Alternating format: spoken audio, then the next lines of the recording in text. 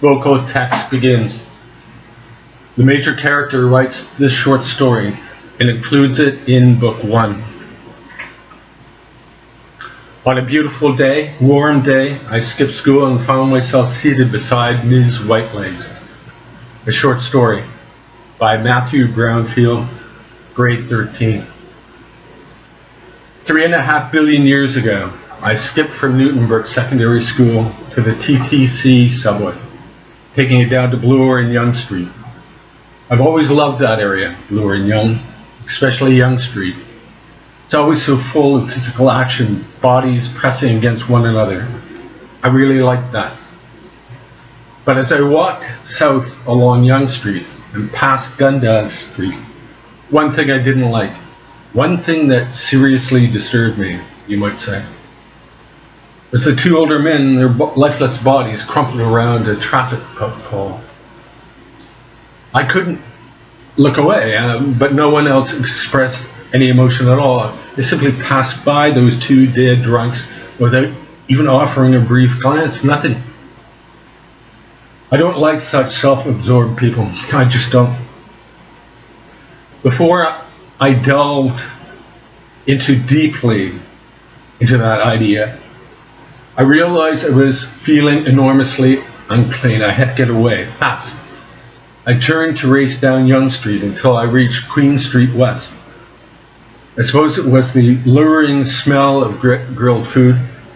I really was hungry, which drew me to Queen Street West. I came to a stop in front of one of a number of food trucks, dug my hand into my pocket, and counted my money without withdrawing my hand. I didn't have enough. I had only the amount needed to take public transit back home. An unsteadiness overcame me, a dizziness, in fact. I glanced behind me and searched Nathan Phillips Square area for a place to sit. It was lunchtime, and on-break employees were scattered everywhere. I finally found a space next to a woman seated on the wooden top of a concrete slab. I looked her over. I guessed her to be in her 40s. She was reading a book while eating a jumbo hot dog, heavy on the French yellow mustard. Her long, shaven legs were so unpigmented in color, it reminded me of a partly skimmed 2% milk. Still feeling somewhat dizzy, I walked towards the empty spot near Ms. Whitelegs. I was relieved, extremely so, that she wasn't critical of me sitting beside her, not even one word. At first, I absently looked at the surface of the reflecting pool located in the center of Nathan Phillips Square, but I soon shifted my gaze to Toronto's old City Hall, where I noticed 2 uniformed men lowering themselves by twin cables from the apex of the roof. Firefighters? I watched more closely. I blinked twice, slowly. They were city employees covering vulgar graffiti sprayed on the old Toronto City Hall roof with a substance I suspected to be chemical in nature. Bit by bit, the offensive graffiti disappeared. I shook my head. How? Why would someone risk their own lives to spray paint vulgar words on the City Hall's roof? Seriously, what does it say of them? As that thought took shape in my mind, I heard Ms. Whitelegs mutter, "Little shit." Initially, I worried she was referring to me, but then I realized she was responding to a character in the book she was reading. My curiosity now piqued. I slid my eyes to the left to look her over. Ms. Whitelegs was wearing powder blue sandals and a loose flowery dress that was almost Hawaiian in color. I shifted in my seat, stealing a better look at her face. She must have been around Eleanor's age, late 40s. I didn't see the title of her book. I was impressed by how Ms. Whitelegs was able to eat her heavily mustard jumbo hot dog while reading her book.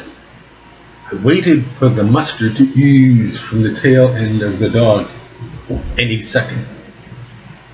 I felt the need to talk to someone, anyone. I knew it was because of the emotional crap I happened to be in. So I foolishly asked Ms. Whitelegs if it was still okay for me to sit beside her. She didn't respond. I asked her again. Still, she didn't respond. The third time, she reluctantly dragged her concentration from her book and looked directly at me. "What?" she asked sharply. "I was just asking if it's okay for me to sit beside you." 3 seconds of dead silence passed. "Are you a freaking terrorist carrying a loaded M60? Shocked, I shook my head. No. She returned to reading her paperback book, title and author still unknown. I was debating whether Ms. Whitelegs was being genuinely rude when a kid, maybe my age, maybe younger, shouted at his golden retriever, which was lazily stretched out on its side. "Get up, you fucking shit!"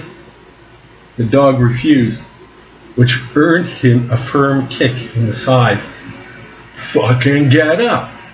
A middle-aged couple walking nearby turned to the kid. The woman told her husband, "We should report that boy." My husband was far less enthusiastic. Her husband was far less enthusiastic. "We shouldn't get involved," he calmly told her.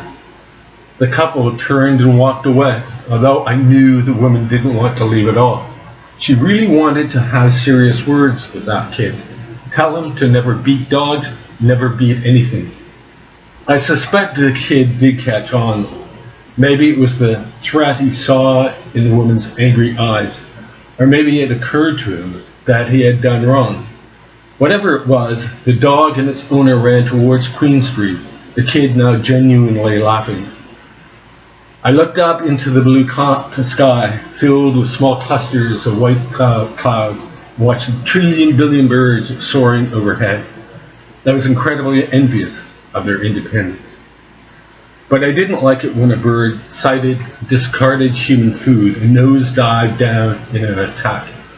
Once the food was secure within his beak, that bird had to become downright violent to preserve his own food.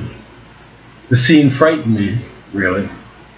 Such kind of violent attack concerned me, not so much for the bird, but certainly for us humans.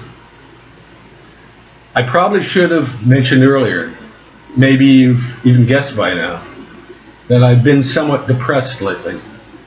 Drained of energy, drained of everything, in fact. It wasn't a small depression either.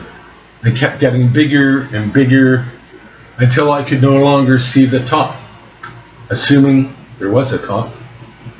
This particular depression caused me to talk a great deal. I don't know why. Worse, and this is kind of funny, I talked to just about everyone I met, even if I didn't know them at all, like Ms. Whitelegs. While still being somewhat cautious, I finally determined that Ms. Whitelegs was reading a novel written by a popular novelist. No, I'm not going to reveal this writer's real name, as I never much liked his work. Let's just call him Walter Seaman. I was being incredibly stupid, and I do mean incredibly stupid, when I said to Ms. Whitelegs, "So Walter Seaman, huh?" Once again, it would take 3 tries before Ms. Whitelegs would respond to me at all. And even then, looking back now, I really don't think that she wanted to be disturbed. But who could really blame her, you know? Finally, Miss Whitelegs slowly and reluctantly asked, "Are you talking to me?" Her tone of voice carried a certain hostile edge, which further confirmed that she wanted little to do with me. She just wanted to finish eating her jumbo hot dog and continue reading her paperback. But that didn't stop me, though. "Yeah," I responded, my voice reflecting caution. I just saw that you're reading a novel written by Walter Seaman. Maybe Miss Whitelegs was mocking me because she found it necessary to twist her book around so that she could clearly see the front cover and confirm the novelist's name. Yes, that's his name, all right. That's what I thought. I nodded my head. I truly wish I had stopped right then and there and never ever started a conversation with Ms. Whitelegs at all. But when you're tumbling through a deep, deep depression, you can barely control anything at all. That's just the truth. The following is what I sort of said to her. I apologize that some of this is monologue. I usually dislike monologues, but Ms. Whitelegs said little to me in response. I don't fault her for such behavior. Should I reach her age, I'm thinking I'll behave just like her when a talkative kid comes along and pesters me. Personally, I've never actually read anything by Walter Seaman, primarily because everything he writes is pretty much commercial crap. I paused a second or two before adding, but Eleanor liked him a whole lot, in fact. I realized I hadn't told Ms. Whitelegs who Eleanor was. Eleanor is my mother. I've always called her by her first name, well, since I was about 13 years old. I glanced at Ms. Whitelegs, but she had returned to reading her paperback book. I know it sounds a little unusual for a kid to call his mother by her first name, but that's exactly what I called her, Eleanor. But as I was saying to you, man, I don't know why I called her man. That's something Holden Caulfield might have called a much older woman back in the 1950s. Eleanor really had this great passion for reading Walter Seaman's novel. In fact, she had a great passion for all published novels. I mean, if you were standing in our rec room, you'd see a huge number of bookcases jam-packed with a billion trillion books, all of them written by highfalutin author types. I shrugged. Of course, I really don't know whether Eleanor read all of those books or not. We weren't exactly communicative in my family.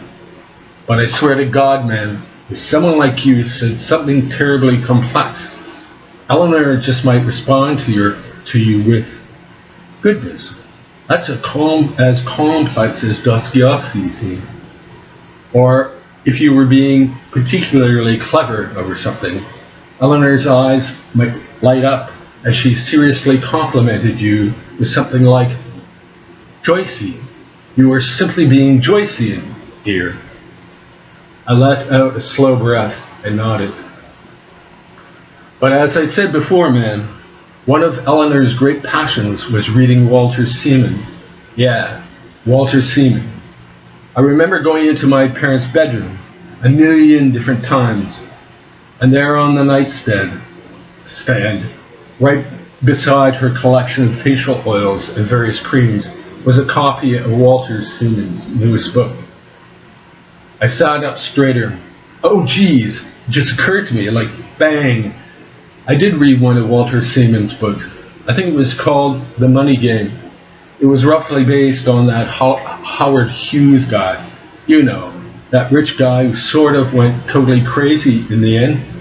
That novel was okay, if you like that style of writing. I slowly shook my head. I don't though. Like I said, it's more Eleanor's passion.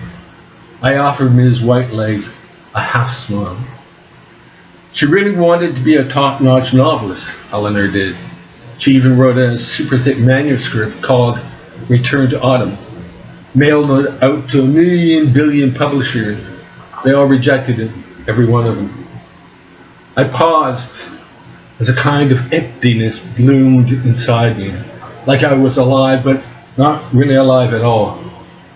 You probably guessed there's something wrong with me, like really wrong. Funny how some people sense that right off. You see, man, I have absolutely no control over anything I do these days. Just hardly any control at all. I explained to Ms. Whitelegs what happened to me that afternoon during my English Lit class. Like always, or always felt like always, I had been seated next to Jacob Potosky, who claimed to be a mathematical genius, but a hopeless dunce in literature. Me, I tended to get pretty high marks in arts, but was a dismal failure in algebra and calculus. If Potosky and I could have merged into one, we'd be a most perfect being. Mr. Cohen is my English Lit teacher, I said to Ms. Whitelegs. I don't know much about him except he always sits back in his chair, his feet on top of the desk, crossed at the ankles. He also seems to have a coffee mug in hand, while the other hand desperately searches for something it can never find. I leaned almost imperceptibly closer. We've all decided that his other hand is looking for a fast cigarette. That invading emptiness blossomed inside again. I looked up to the blue sky and watched the birds circling for their prey. Human crop, mostly. So, like, I'm in my English Lit class when someone knocks on the classroom door. The door opened and it's Mr. Adamson, Newton Brook Secondary School Vice President, Principal. He walked directly up to Mr. Cohen and whispered something in his ear. Then they both looked at me.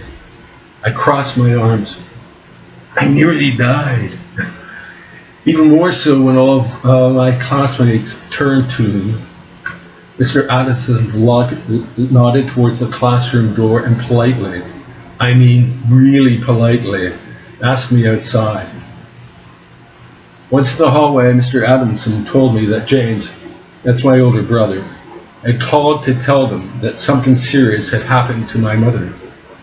James told me to get to North York General Hospital ASAP. One of our aunts would pick up little Christopher, our younger brother. Mr. Adamson didn't mention Osab.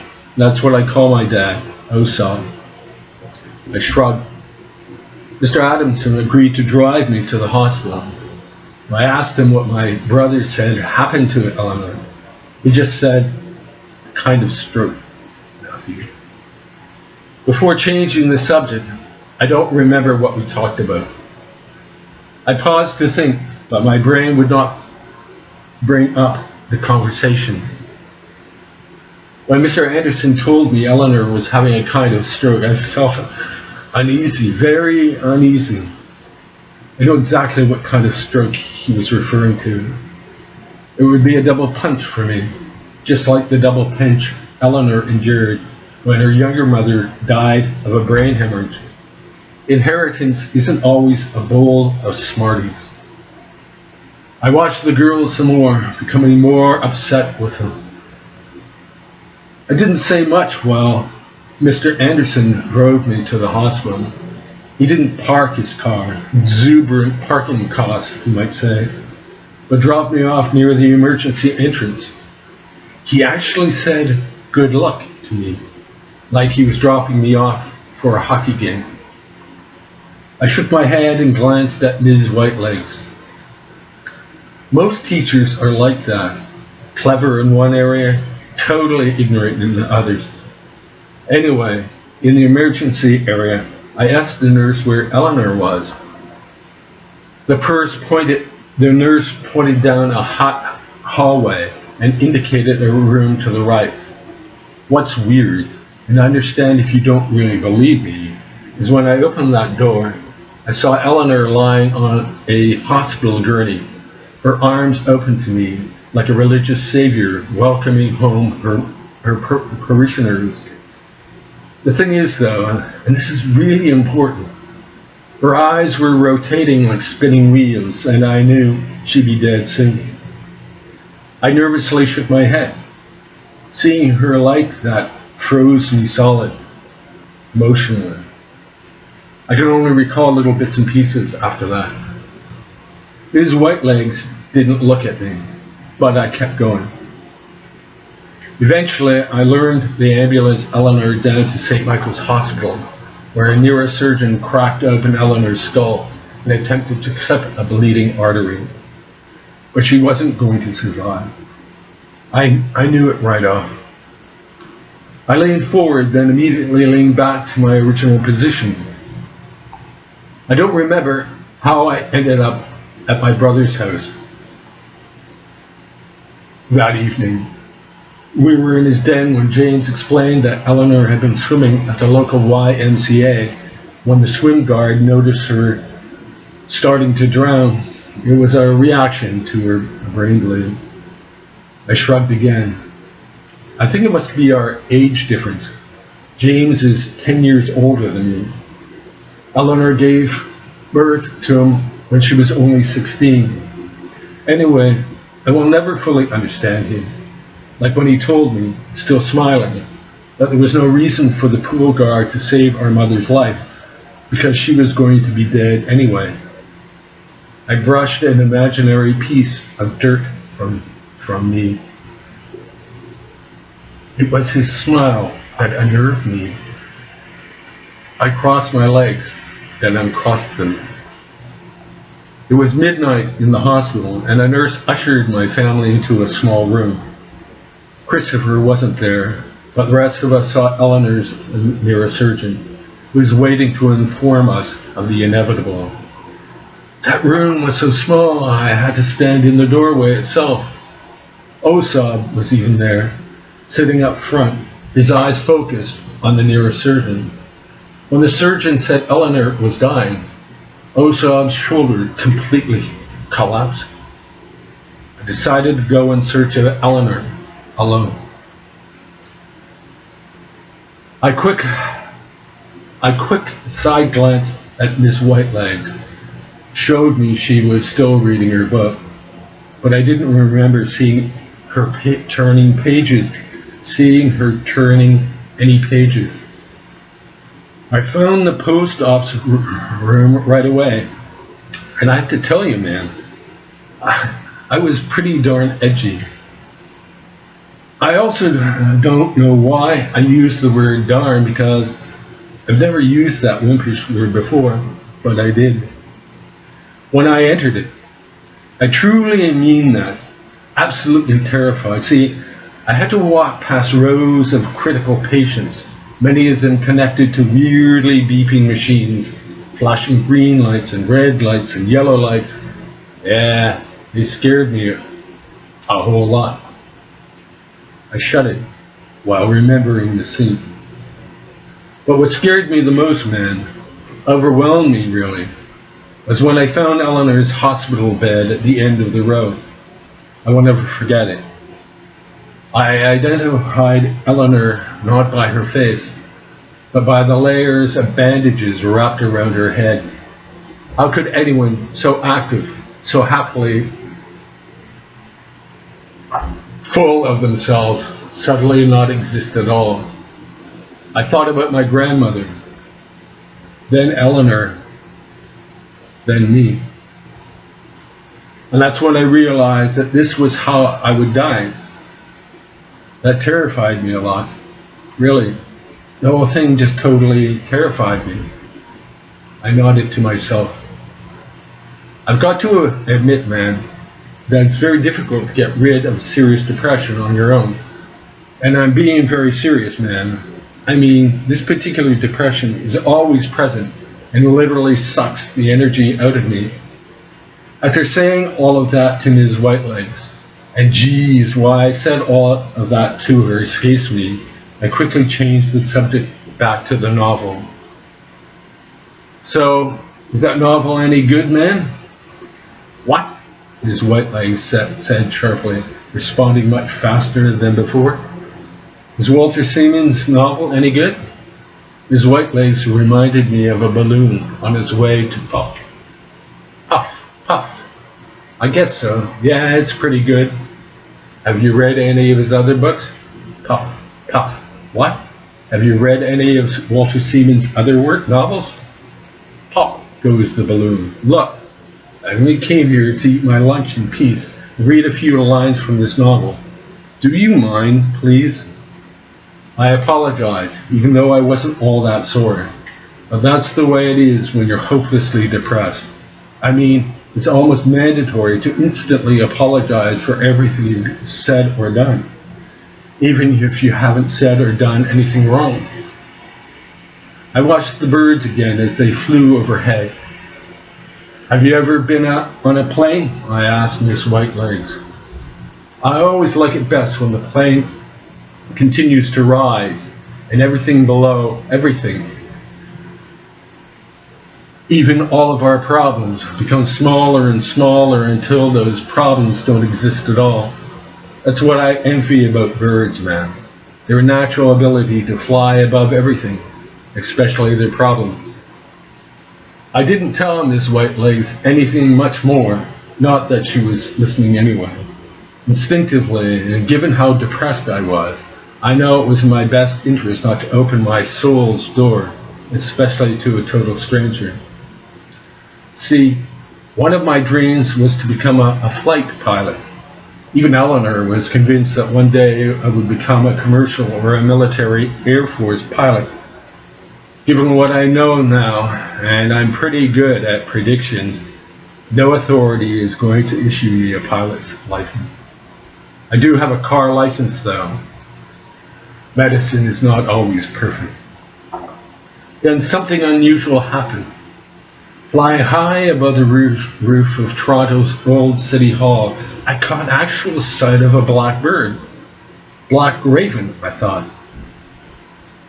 I decided then and there that, in my next life, I wanted to come back as a black raven, not a seagull. Not to be rude or anything, but all seagulls do is consume human garbage and crap it out on apartment balconies and car roofs. Black ravens are far more pensive and regal in their behavior. Even when I'm at school, lots of places in fact, I could close my eyes and see myself transformed into a lightning fast black raven, soaring the skies overhead until on a whim, turning my flight pattern from this planet of ours and with supersonic speed flying to the end of our universe and beyond. That was my definition of freedom. Had I said any of this to Miss Whitelegs, she would have concluded I was crazy, perhaps even suspected that I was needling myself with cocaine or heroin. But the reality was, at least that moment, I just wanted to be a black raven and fly wherever I so wished. I don't know why, but I felt the need to ask Ms. Whitelegs about her feeling toward black ravens. But then I turned her way. There was nothing but open space now. I glanced back at City Hall's entrance and caught sight of her tossing her brown paper bag, still stuffed with a jumbo hot dog wrapper, in a garbage container, quickly followed by her orange drink can being tossed into another. I didn't mind though, seriously, I didn't mind a bit. After all, you see, I had taken quite a deep fall. Perhaps it was best for me to only talk to human statues like Ms. Whitelegs. Matthew Brownfield, Newtonbrook Secondary School, North York. Vocal text ends.